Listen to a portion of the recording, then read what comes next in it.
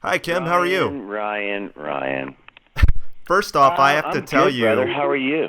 I'm doing great. But first off, I have to tell you, you were my Tig was my favorite character on Sons of Anarchy, and it's a pleasure to speak with you.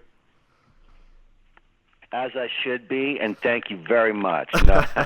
No, bro, I'm serious, Ryan. It's such a that show, right? I mean, what a crazy 7 years that was, and I can't tell you. I mean, all of us, right? Put our hearts and soul into that, including the crew. We'll never forget it. But motherfucker, people sure love Tig, man. They just they love that character, and I'm just so tickled when people say that. It really makes me. It's really sweet. So thanks. Yeah, he was just so dynamic, all over the place, and his story was just so intriguing. Like even his backstory with his kids and everything. I mean, there was a lot of Yeah. yeah, there like even from an emotional perspective and character development, like totally dynamic character, and you just played him flawlessly. I just loved you in the role, but wanted to ask Thanks, Ryan. about going from Sons of Anarchy to Adventure Club. It's a little bit on the other end of the spectrum. So, can you tell us a little bit about that? I sure can. I mean, Suns ended a little over 2 years ago, and I know that all of us on that epic run that we had were exhausted, and yet I was okay to move on, man. I'll never forget playing Tig, but that was a long time. I mean, it's being the actor I am, coming from the stage and movies and the odd arc on TV, to say yes to a regular like Tig was a big leap in faith for me, and I'm so glad I did with Kurt Sutter, our crazy showrunner. But for me, man, I couldn't wait to get rid of the cut and get off my bike and get fat, get skinny, get the accents back, and I just completed my ninth my ninth movie about a month ago since Sons has been over, and the Adventure Club was kind of right in the middle of these nine projects. I'll never forget when they offered it to me. Shane Putzlocker and Sarah Shack from Trilight Entertainment up in Canada. They just said, to my people, they go, I don't know if this is, if we can afford Kim or if he. And I said to my people, no, let me read it. I want to read it. And I read this script, and Ryan, it was so good, and it was so different, and like you just said, it was so family oriented. And my character, Uncle Ozzy, I mean, to be able to create him with these, I wore four pairs of glasses, and I was frumpy, and I was funny, and I got to work with these three brilliant little actors like Sam Arnold, Dahlia Bella, and Jacob Davies. They played the three leads of this picture, and Billy Zane and I, and Gabrielle Miller from Corner Gas and myself. We sort of surround these kids. It was such an honor because it was so different. I mean, you want to talk about like Officer Down, this other radically hard R film I got coming out. It's already been out on video on demand, but it's coming out in Feb right now in March on DVDs. But the Adventure Club was so family, and that's something that Kim Coates doesn't get offered a lot. If the script's great, which it was, and the part is something that they let me go and do my thing, and they did, obviously. It was just so much fun. Yeah, and I was also reading that a lot of the contributions, if not all of them, they went to the Boys and Girls Club. Is that true? Yeah, they opened this. Yeah, that was back in October. Yeah, Shane and Sarah, who are huge support. I mean, I've got between 5 and 10 charities that I give back to count unhappily. Shane and Sarah have this beautiful little kids club up in Canada, and we did. I think there was 100 screenings of it back in October in different cities across Canada. And I don't know how much money they made for this kids club, but it was a lot. And when you work with people like that who give back to the community, like Shane and Sarah and their crack team, it's an honor, right? Oh, most definitely. And your role, Uncle Ozzy, it seems more like you're kind of the knowledgeable one in this scenario. It seems like you're the go-to for a lot of the That's kids. right, Ryan. That would be correct, Ryan. You got that right, Ryan. So Yeah, no, Uncle Ozzy. Come on, right? You have you seen it? Did you see the picture? no, I haven't got a screener link for it yet. Oh, good. Well, you're gonna. Anyway, go ahead. What's your question? Well, regarding like, do you have does your character actually have some I guess, is he more of a historian in this regard, where he can uncover some of these mysteries for them, or is there some sort of connection to the grandfather that they don't have, that maybe you kind of unveil some of these mysteries?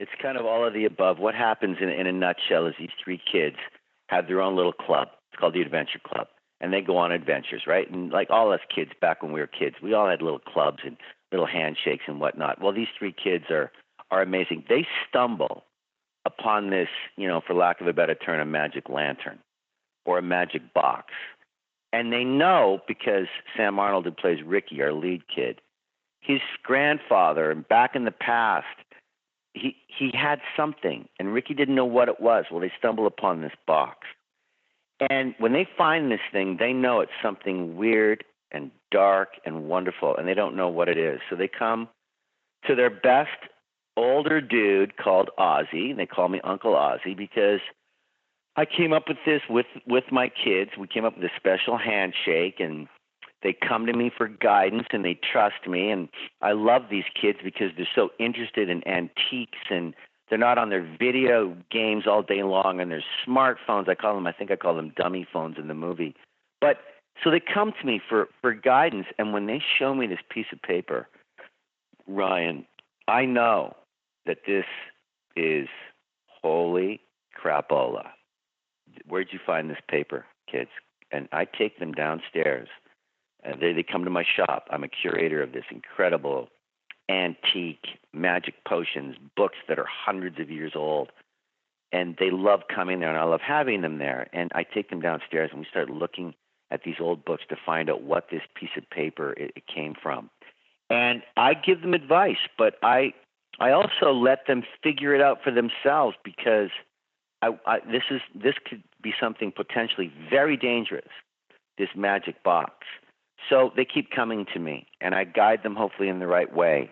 And how they figure out this box with Billy Zane, who plays the lead bad guy. It's a great story. It's a great little tale. It's a great little film, and it was just so much fun to do it with these kids. Yeah, and I've got to say, it's probably just it might be a little bit of a breather, as you were saying, coming off of something that is so edgy like Sons of Anarchy, which was actually an incredible show. And I know a lot of your other roles too, as well. Like even before Sons of Anarchy, one key role that stood out for me is I remember seeing Waterworld in the theaters, and your opening Wow. role, for some reason, like you were just so quirky and so out there. Your character was just so unhinged that it really I think that resonated with me for years. I just remembered that character for some reason. No, thanks, man. That's right. I mean, all these movies in some small parts. There's no such thing as a small part, but you know what I mean. Some are leads, some are eight, nine on the call sheet. Some are like the wall. I had one scene essentially, but it was the longest scene in the movie, and it was halfway through the film, and it was so pivotal for Costner's character. And Kevin Reynolds, who directed me, he just let me go, and I came up with this wacky Irish English accent and lost all this weight. And Jeannie Triplehorn was scared shitless of me, and I just had, for me, come on, man, I'm an actor, right? I get into it, and people still recognize me from that movie, and The Last Boy Scout, and The Clients, obviously, Black Hawk Down, and some of my Resident Evils, and some of my new movies for sure. But those old in the '90s when I was first becoming a Hollywood actor, and I had some great I had some great little films that I was involved in, and people still remember them. So that's pretty cool. Now, would you? I remember you were saying that getting off the bike and everything was a big relief for Sons of Anarchy and going into this role. What kind of preparation goes into a role that's more family friendly versus something like Sons of Anarchy, where you have to probably have a little bit more stunt work and things like that? Yeah, I mean, I did Sons for so long. All the prep I did on the job there. I mean, we got into it pretty fast and furious. So, you read your books and what club members are like, and how do they sleep, and what are their codes. And we had a real guy on set who helped us out with that club life in biker clubs. So that was a lot of prep early, and I never stopped learning about my guy I played for 7 years. But to be broken free of Tig Traeger. I mean, like I said, maybe I've had so many interviews this morning, but I just completed my ninth film in 2 years. So it's on for me, and every single one has been so completely different, like in so many levels I can't even begin to tell you. And I've got five of them opening this year, four open last year. It's madness for me in the best possible way. But Ozzy, when I got offered this guy, what did I do? I mean, I thought right away, well, these kids, they come to him, so they trust him. So why do they trust him? And from the writing, you could tell he loved his antiques and his shop, and he still believed in old-fashioned things.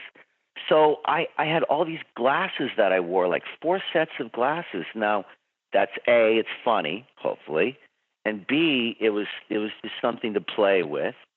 And I wrote this. I made sure that there was an old bike on set that I could ride around.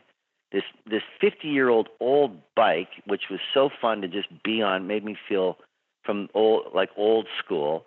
The clothes, the costumers did such a great job with my wardrobe, all frumpy and vests and bigger pants and loafers, and Jeff Anderson, the director, just let me go. And working with these kids, I didn't even really direct these kids, like these kids didn't, I'm sure they knew me, but they didn't really know me, but their parents sure knew me. I mean, their parents went mental to meet me, and that was great. So preparation is different for every show. But I read a lot for this guy, and to be a curator of almost like a museum, and you take pride in knowing where everything is. I just walked around this set for a day before we started filming, and got myself frequented with where everything was, and I just enjoyed the experience so much with these three kids. It was something very different for me, and that's why I act. I love being different. Well, most definitely, and like I was kind of citing earlier, you've got a bunch of roles to back it up as well that are kind of all over the spectrum. So I mean, diversity is definitely there when it comes to your characters. Speaking of some Thanks. upcoming projects, you mentioned Officer Down, but you is there anything else that you're really looking forward to coming up, after Yeah, this? every single one. So I've got this one that I'm talking to you about, the Adventure Club. So excited because it's such a family movie, right? It's a family movie. Then you want to go the opposite spectrum, Officer Down. That's about a hard R as you can get. It should be almost an X. It's that violent and that sexual and that crazy. The world I live in, coming from a comic book world. I play the title character. I play Officer Down. I did all my own stunts. I can't tell you what that was like. It was brutally exciting. Sean Crahan, clown from Slipknot, directed. That was his first feature. It's nuts. No, it's nuts. And Officer Down opened on video on demand, did really well back in December, but now they're opening on DVDs. I'll be doing a lot more press coming up for that in early March. So look for that one. I've got this beautiful little movie with Katie Coons and Holly Hunter called Strange Weather. It's opening in festivals everywhere. I shot that a little over a year ago. I play the sweetest man on the planet. Like, just such a sweet guy. My mom's going to be not believing it, but there you go, Ma. I play Holly Hunter's boyfriend, Clayton. Unbelievably sweet man. That's coming out soon. Goon 2, the big hockey movie I did 4 years ago. We did a sequel. We're all coming back. Liev Schreiber, Sean Scott Williams, and Jay Baruchel directed this one and starred in it. Amazing to have all the boys back. Damn, it's funny. It's coming out March 17th everywhere. We've got these two epically huge miniseries. One for Netflix, Western, called Godless. Scott Frank wrote and directed. $100 million project. Crazy, incredible cast. Shot it in Santa Fe. Unbelievable world of dark Western hood. That's coming out in the fall. Now might be the most proud of this one, actually. I'm starring in it. I'm number one on the call sheet with Anthony LaPaglia. Paul Sorvino plays Anthony's dad, based on a true story. A couple of mobsters, me and Anthony, shot it up in Canada for 3 months. Just wrapped at Christmas. It'll be out in the fall. It's going to be amazing. So, yeah. And you know what? Listen. And one more thing. I did a sitcom, Ryan. My first sitcom ever. I mean, sitcom. Are you kidding me? Kim Coates? Like what? Kevin James, good buddy of mine, doing Kevin Can Wait. It's actually on next Monday. I just filmed it in New York. Scared the crap out of me. Filming 24 pages a day. Sitcom, live audience. What? But I had such a great time with Kevin and his incredible cast. I don't know if I'd do it again, but man, was it fun. It was what a world sitcom is. So I'm doing it all. Really nice to talk to you, bro, you know? Yeah, you as well. And just one final question. I know they're doing that Sons of Anarchy Sure. prequel. If they asked you to be on again, do you think you'd revisit it or? This is all I know. What a great question. I get asked that obviously a lot because Sons was such an epic hit. It was magic in a bottle, okay? There's no way you can recreate something like that. But what I think Kurt Sutter and his new showrunner, I don't know his name, are coming up with in this Latino world of the Mayans, basically all I know is that, the Mayan spinoff is they're trying to create some magic in a bottle, and I hope they find it because I'm a big fan of Kurt Sutter. I'm a big fan of John Landgraf. So, and Emilio Rivera, I love him. All I know is, bro, I've moved on. We've all moved on. But the only two leads that survived Sons of Anarchy are myself and Tommy Flanagan. So we'll leave it at that. That's all I know. I've left it in my rearview mirror, but I wish them all the luck in the world. I really do. So probably not this time around. You don't think you'd be interested in revisiting? I can't answer that because it's not even on my radar. Do you know what I mean? Like it's so I'm not even thinking about it. To complete 7 years the way we did was such an epic joy for me and everybody who did it. I think I'm not even thinking. I've so moved on. I don't even know what But when you get reminded about it every day, you realize, like when I'm on the streets or in an airport, you realize what a powerful thing that was to people, and I'll never forget that. And I love my connection that I have with my fans, but no, man, I can't answer that because I have no idea. Sure. Well, thanks so much, Kim. I appreciate your time. I know you've got to get going. I know you have a ton of interviews lined up, but it was a pleasure speaking with you. Big fan. Thanks, Ryan. And thanks so much. All the best, man. I'll see you again. I'll talk to you again. Thanks a lot, Ryan. All See right. you, Thank buddy. you.